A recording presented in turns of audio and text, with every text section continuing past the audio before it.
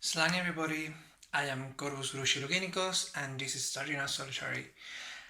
It's been a long time no see and I'm finally back, but you will have to endure me on my bed because I am a little bit moody today. I think moody is that the word, I'm not sure. But yeah, if you find me a little bit grumpy, I'm sorry about that. It's not a good day. I have had fights with people I love, and also I found out that a musician I love died a few days ago. So, yeah, not a good day. But today we're discussing finding community, which makes so much sense today. Finding community to me is a very important thing, and I think it's strange the case or the situation or the context in which we don't need to find community in some way. First and foremost, in the way I perceive traditional paganism, they are religions that are intended to be communal, to be, I mean, they started out as tribal religions and they developed from there. So I think it's kind of thought to serve communities rather than individuals. And this doesn't mean that I don't support people being individual, practicing individually, either because of their personal situation or because of choice.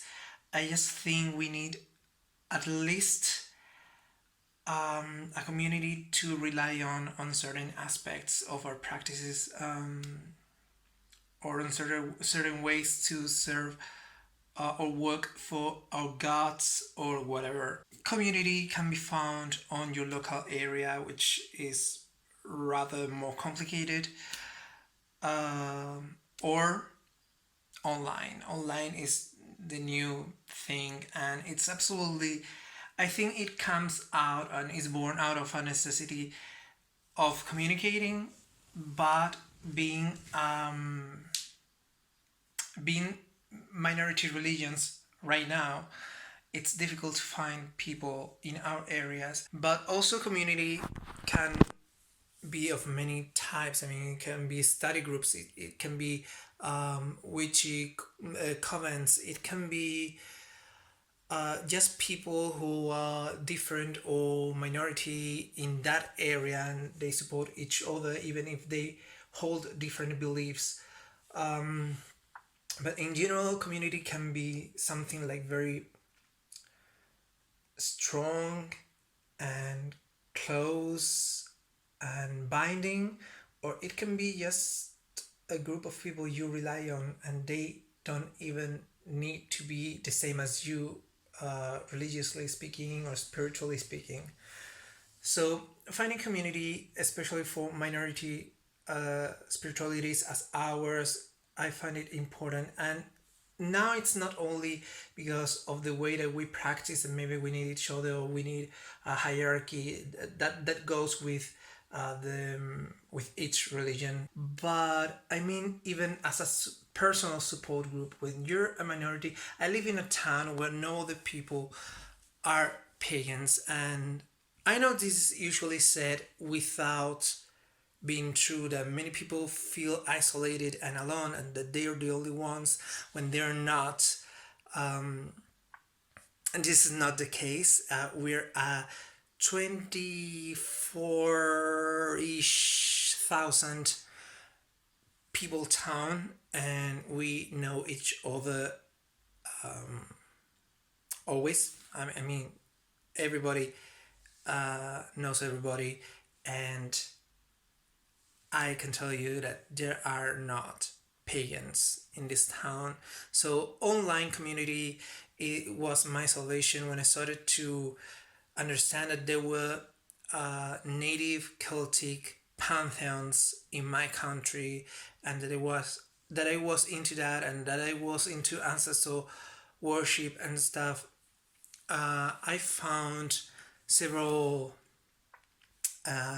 far right groups, which disappointed me quite a lot until I found what was my community for several years that really helped me develop my practice and to they I am a reconstructionist, which means that I try to be as faithful to the historically sorry, I can't speak English today, to the historically accurate sources, and I had no idea about historical and archaeological research, what sources I should trust, what not, what theories are more trustworthy and which not. And since the leader of that community was a professional, is a professional historian, she taught me so much about researching on my own, not having to always rely on her or her research, which I trusted, but I wanted to do my own. That was devotional work for me as well, for my ancestors. Yeah, to sum everything up, I think we, just for being minority spiritualities, we need community in some way. We need to be able to rely on other people, or to learn from other people, or to teach other people, or learn from each other. This is not only a structure thing, which in some religions it's important, but it's not only that, it's that we may feel isolated and stuck and disconnected from everything that makes our practice relevant without a community, either a local community or online. It's okay to be solitary. We're in a channel that is starting out solitary, so we're assuming that we're solitary, either by choice or by context or situation.